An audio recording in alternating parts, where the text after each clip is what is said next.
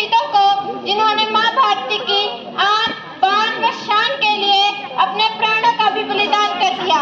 आदरणीय प्रधानाचार्य जी व अन्य अध्यापकगण व अतिथिगण व मेरे प्रिय सहपाठियों, आज आपको मैं गणतंत्र दिवस पर एक भाषण देना चाहती हूँ।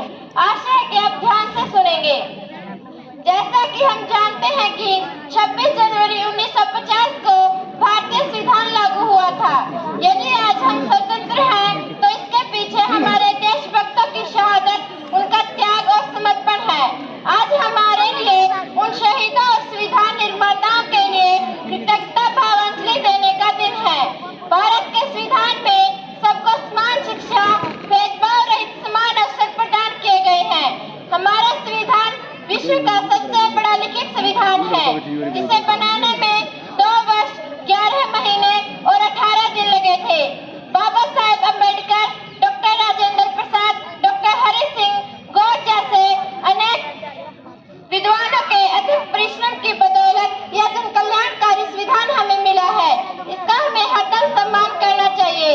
प्रायः देखा जाता है कि लोग अपने मौलिक अधिकारों की तो वकालत करते हैं, परंतु जब कर्तव्य पालन की बारी आती है तो मानो उन्हें सांप सूंघ जाता है। एक बात और कहना चाहूंगी कि गणतंत्र दिवस के दिन राष्ट्रगान के समय केवल 2 मिनट सावधान खड़े रहने मात्र से हमारी राष्ट्रभक्ति पूरी नहीं होगी। अभी तो हमें हर वक्त सावधान रहना होगा।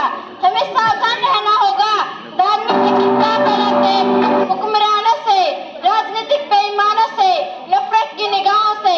हमें सतर्क रहना होगा जातिवाद फैलाते मक्कारों से, जिस थाली में खाते उसी में छेद करते गद्दारों से। तब कहीं जाकर हमारा गणतंत्र दिवस मनाना सफल होगा।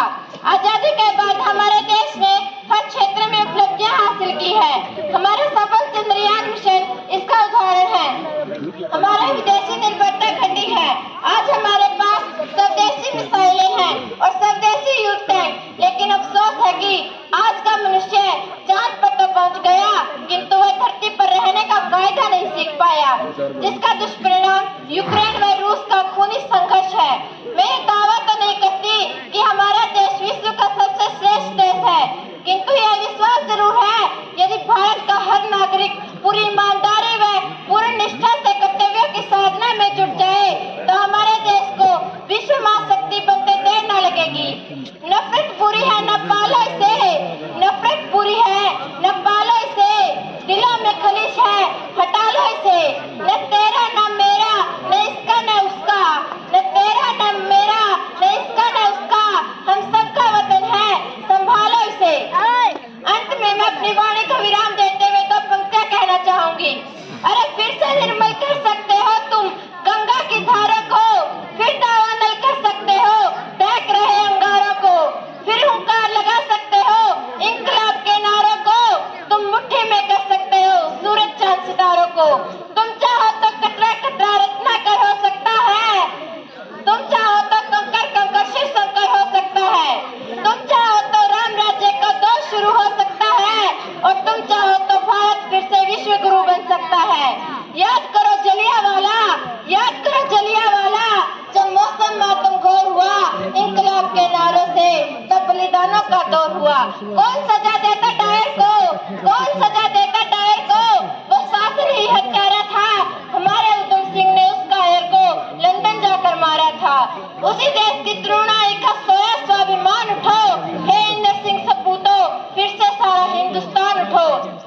हल्दी घाटी रण प्रांगण में राणा की हुंकार उठो, काली रण चंडी बन झांसी की तलवार उठो। इस विप्लव के सागर में तूफान उठाने निकली हूँ, मैं भारत का सोया स्वाभिमान जगाने निकली हूँ। धूल चटा दो गिद्धों को जो घर में घुसकर घात करे, और चीत काट लो पिल्लों की जो देशद्रोह की बात करे। कि हमारे तुलसीदास जी ने लिख डाला, वह बिन प्रीत नहीं हो सकती, और युद्ध घोष के बिना हमारी जीत नहीं हो सकती। युद्ध डालकर सीमाओं पर कदम बढ़ाना ही होगा। जिस दिन भारत गीदड़ या बकरे की मुंडी काटेगा, जिस दिन भारत गीदड़ या बकरे की मुंडी काटेगा, पाक चिरकर अमेरिका भी भारत के तलवे चाटेगा, पाक चिरकर अमेरिका भी भारत के तलवे चाटेगा। जय हिंद, जय भारत। बहुत अच्छी।